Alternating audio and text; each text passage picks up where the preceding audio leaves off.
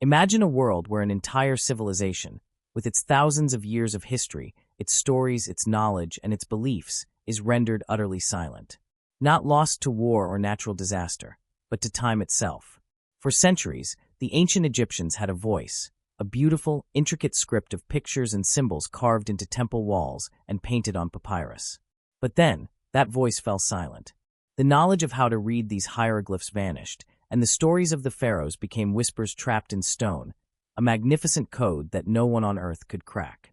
The key to unlocking this vast, silent library was not a key at all, but a slab of black granodiorite, stumbled upon by French soldiers in the dust of the Nile Delta. This is the story of the Rosetta Stone, the single most important linguistic discovery in history, and how it single-handedly tore down the wall between our modern world and the world of ancient Egypt. If you're ready to journey into how this stone was found, deciphered, and changed history forever, then you're in the right place. Make sure you subscribe to Ancient Odyssey so you don't miss a single step of this incredible discovery. To truly grasp the magnitude of the Rosetta Stone's discovery, we first have to understand the sheer scale of the problem it would eventually solve. For roughly 1,500 years, the voice of ancient Egypt was mute. The last known hieroglyphic inscription was carved around 394 CE, and as the old religions faded and Egypt transformed, the knowledge of how to read this sacred script simply died out. The civilization that built the pyramids, that charted the stars, and whose pharaohs commanded empires, was now a colossal sphinx with no voice, its secrets guarded by a writing system that had become the ultimate mystery. For centuries, scholars who traveled to Egypt could only stare in bewildered wonder at the obelisks and temple walls. They saw the elaborate carvings of birds, snakes, eyes, and hands, but they were trapped on the wrong side of a locked door. They knew these symbols meant something. They were clearly a written language, but the key had been lost to time. Early attempts to understand them were often wildly off the mark. Many, influenced by later Greek writers, believed hieroglyphs were not a phonetic language at all, but a purely symbolic or allegorical one, where each image represented a whole idea or a complex philosophy. A single symbol of a bird wasn't a sound, in this view, but perhaps represented the soul or the concept of speed. This fundamental misunderstanding sent decipherment efforts down a dead end for generations.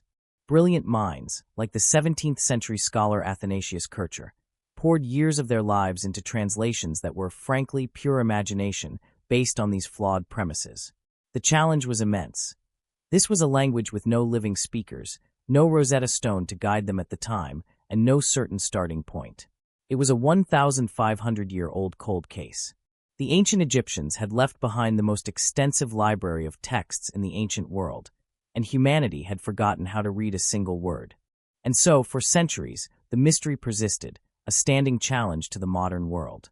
But history has a way of intervening at the most unexpected moments, and the key to Egypt's past was not uncovered in a quiet scholar's study, but in the heat of a military campaign. It was the summer of 1798 when Napoleon Bonaparte invaded Egypt, aiming to strike at British trade routes and establish a French empire in the east. Along with his soldiers, he brought a team of 160 scholars, scientists, and artists, the famed Commission de Sciences et Arts d'Egypte, whose mission was to document and study the ancient land. For 3 years, this corps of savants meticulously recorded everything they saw, laying the groundwork for modern Egyptology. Then, in July of 1799, while repairing a dilapidated Ottoman fort known as Fort Julian near the town of Rosetta in the Nile Delta, a French officer and engineer named Jean-François Bouchard made a routine but earth-shattering discovery. His men, digging foundations to strengthen the fort's walls, unearthed a dark, irregularly shaped slab of stone, about the size of a large coffee table. It was clearly ancient, and its surface was covered in writing. But what made this stone different from every other inscribed block they had found? It contained not one, but 3 distinct bands of text. The officers, educated men aware of the scholar's quest, immediately recognized its potential significance. They saw the familiar, elegant Greek script at the bottom.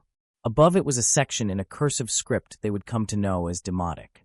And at the top, the most tantalizing of all, the pristine, unreadable hieroglyphs that had baffled Europe for so long. The stone was swiftly sent to the Institut d'Egypte in Cairo, where the scholars, electrified by the find, realized they were holding a trilingual decree, a single message repeated in 3 scripts. They had just found the ultimate crib sheet, a linguistic key. They made copies and casts of the inscriptions, distributing them to scholars across Europe. The race was on, though the stone itself would soon change hands. When the French were forced to surrender to the British in 1801, the Rosetta Stone was listed in the treaty as a scientific artifact and was transported to London, where it has resided in the British Museum ever since. But the real drama, the intellectual battle to crack the code, was just beginning. So, what was actually written on this stone that made it so invaluable? It wasn't a hidden map or a philosophical treatise. Its power lay in its mundane, bureaucratic nature. The text, carved in 196 BCE during the reign of the young pharaoh Ptolemy V Epiphanes, was a royal decree issued by a council of priests. It was essentially a piece of political propaganda, reaffirming the king's divine right to rule and listing the good deeds he had performed for the temples and the priesthood, things like tax exemptions and restoring order. In return, the priests pledged to erect statues of the pharaoh in their temples and honor him in specific ways. While the content itself is fascinating to historians, its true genius was its presentation. The priests, in their wisdom, ensured this decree would be read by the entire population of Egypt, which now included a large Greek-speaking ruling class, by writing it in the 3 scripts that encompassed the entire linguistic landscape of the kingdom. At the bottom was the Greek script. This was the language of the Ptolemaic royal administration, the language of Alexander the Great's successors who now ruled Egypt. Crucially, this was a language that European scholars in the 19th century could read fluently. It acted as the perfect translation key, the known quantity against which the unknown scripts could be measured. The middle section was written in Demotic, a script that originated around the 7th century BCE. Demotic was the everyday common script of the people, used for administrative documents, legal contracts, and literary texts. It was a highly simplified cursive form of the even older hieratic script, which was itself a shorthand version of hieroglyphs. Think of it as the efficient, fast-hand writing for daily life, in contrast to the formal, printed style of the hieroglyphs above it. And finally, at the top, were the hieroglyphs. This was the sacred, divine speech reserved for the most important monuments, for temples, and for tombs. It was the script used to communicate with the gods and to eternalize the deeds of the pharaohs. This was the ultimate prize. The brilliant structure of the stone presented scholars with a perfectly aligned puzzle. The same message, with the same proper nouns like Ptolemy and Egypt, was written in Greek, a language they knew well, in Demotic, a script they knew but didn't fully understand, and in hieroglyphs, a completely mysterious script. The challenge was no longer to guess what the hieroglyphs meant in isolation. It was to find the consistent, logical links between the 3 sections. The stone provided the rules of the game. The first and most critical step was to locate the name Ptolemy in the Greek section and then find its corresponding cartouche, the oval loop that always enclosed royal names, in the hieroglyphic section. With the blueprint in hand and copies of the inscriptions circulating through the scholarly circles of Europe, the stage was set for one of the greatest intellectual races in history. The race to decipher the hieroglyphs was not a straightforward sprint, but a complex puzzle solved through a combination of brilliant leaps, painstaking comparison, and a fierce rivalry between 2 very different minds. The English polymath Thomas Young and the French linguistic prodigy Jean-François Champollion. Initially, the lead was taken by Thomas Young, a man of immense intelligence who was a physician, a physicist, and a master of decipherment. He approached the stone as a scientific problem. He started with the Demotic script, correctly theorizing that it was closely related to the hieroglyphs. His first major breakthrough was with the name Ptolemy, which appeared in the Greek text. He located the same name enclosed in a cartouche in the Demotic section and, crucially, found a matching cartouche in the hieroglyphic section. He identified the hieroglyphic signs that corresponded to the sounds P, T, L, M, and S, essentially creating a phonetic alphabet for the royal name. This was a monumental step, as it disproved the centuries-old belief that hieroglyphs were purely symbolic. However, Young remained partially trapped in the old way of thinking. He believed that hieroglyphs were primarily alphabetic only when writing foreign names like Ptolemy or Berenice, but for native Egyptian words, he still thought they reverted to being symbolic. He made progress, creating a partial alphabet, but he couldn't make the final, conceptual leap to see the entire system for what it was. The man who would make that leap was Jean-François Champollion, A master of languages since his youth, Champollion was not just a scholar. He was a man possessed by ancient Egypt. He was fluent in Coptic, the late form of the Egyptian language used in the Christian liturgy, and he passionately believed it held the key to the older hieroglyphic language. While Young was a brilliant generalist, Champollion was a dedicated specialist. He built upon Young's work, but took it much further. His own eureka moment came with another cartouche, one that contained the name Ramesses. He saw that the first symbol, a sun disk, was the word for sun, or Ra in Coptic. The second part of the name, Messes, used the same phonetic signs that Young had identified for MS in another context. In a brilliant flash of insight, he realized the cartouche read Ramesses, meaning born of Ra. This was the crucial breakthrough.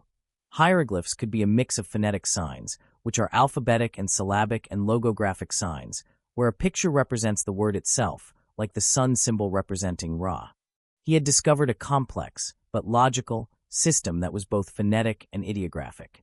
He famously ran to his brother's office, shouted "Jane's mon affaire," which means "I've got it," and then collapsed in a dead faint, exhausted from the effort. He then systematically applied his new understanding, voraciously reading more texts and proving his system worked. In 1822, he published his famous Lettre Rm. Dacier, which laid out the foundation for the modern decipherment of Egyptian hieroglyphs. While Young had unlocked the door, it was Champollion who threw it wide open and walked through into a world that had been silent for millennia. The moment Champollion's system was proven correct, it was as if a great, silent dam had broken. The decipherment of the Rosetta Stone did not merely translate one text. It handed the modern world a dictionary and a grammar for an entire civilization. The walls of Egypt's temples and tombs, once adorned with beautiful but silent pictures, suddenly began to speak. The hum of ancient life, silent for nearly 2 millennia, returned in a torrent of voices. For the first time, scholars could move beyond the accounts written by Greek and Roman historians, like Herodotus, and hear the history of Egypt directly from the Egyptians themselves. They could now read the names of the great pharaohs, Ramesses, Thutmose, and Khufu, not as mythical figures, but as historical individuals whose deeds and reigns could be chronicled. The hieroglyphs lining the tombs in the Valley of the Kings transformed from mere art into detailed guides to the afterlife, revealing the complex and profound beliefs about judgment, gods, and the journey of the soul. The funerary spells, now known as the Book of the Dead, could be read, giving us unparalleled insight into their spirituality and their deepest fears and hopes concerning death. This newfound ability to read also sparked a new, systematic wave of Egyptology. It was no longer just about hauling artifacts back to museums. It was about understanding their context and meaning. Expeditions, like the Prussian-led team of Carl Richard Lepsius in the 1840s, could now accurately record and translate the inscriptions they found, creating a more reliable historical chronology. The discovery of the Turin King list, for instance, a papyrus fragment that listed rulers, could be cross-referenced with monumental inscriptions to build a skeleton of Egyptian history. The impact was cultural as well. For the first time, we could hear the voices of everyday people, through letters, legal documents, and administrative records written in the simpler hieratic and demotic scripts. We learned of merchant complaints, love poetry, medical manuals, and wisdom literature. The ancient Egyptians were no longer a race of mysterious, somber tomb builders, but a vibrant, complex society with a sense of humor, bureaucratic headaches, and human aspirations. The decipherment gave them back their humanity. It allowed us to understand the economic pressures that built the pyramids, the political propaganda carved on temple walls, and the personal piety in a simple prayer to a household god. The Rosetta Stone had done more than just solve a linguistic puzzle. It had opened a direct channel through time, allowing a long-vanished civilization to tell its own story in its own words, forever changing our relationship with the past. So this slab of black stone, unearthed by chance and fought over by empires, ultimately proved to be far more than the sum of its parts. It is not famous for the royal decree it bears, but for the door it unlocked. It stands as a powerful testament to human curiosity and our relentless drive to understand our own story. The collaborative and often competitive spirit of scholars like Young and Champollion showcases the very best of intellectual pursuit, a puzzle solved across languages and borders for the benefit of all humanity. The Rosetta Stone gave us back one of the longest-lasting civilizations in human history, allowing us to read the words of the pharaohs, the prayers of priests, and the lives of common people, filling a silence that had lasted for over a millennium and a half. Yet, the story of the Rosetta Stone is not without its modern complexities, controversies that ensure it remains a topic of vibrant discussion today. As it sits in its prominent place in the British Museum, a key question arises: where does it truly belong? For many, its home in London has made it accessible to a global audience and placed it at the center of a world-class collection, safe and preserved. However, for the people of Egypt, the stone is a powerful symbol of their cultural heritage, one that was physically removed from their land during a period of colonial conflict. The debate over its repatriation is a poignant and ongoing one, forcing us to confront difficult questions about cultural ownership, colonial legacy, and the very meaning of museums in the 21st century. Is it a piece of world heritage to be shared, or a national treasure that was taken? There are compelling arguments on both sides, and this conversation continues to evolve. Ultimately, the Rosetta Stone's legacy is dual. It is both the key that deciphered an ancient world and a focal point for crucial modern dialogues about our relationship with the past. Its journey from a fort in Rosetta to a museum in London, and its role in cracking the code of the ages, reminds us that history is not just about what happened, but about how we discover, interpret, and steward the treasures of bygone eras. It challenges us to listen to the voices it helped recover, and to thoughtfully consider the responsibilities that come with such an incredible discovery. If you've enjoyed this deep dive into the story of how a single stone gave a voice back to an entire civilization, then make sure you don't miss our future explorations. Subscribe to Ancient Odyssey and hit the notification bell, because we have many more journeys into the lost worlds of the past coming your way.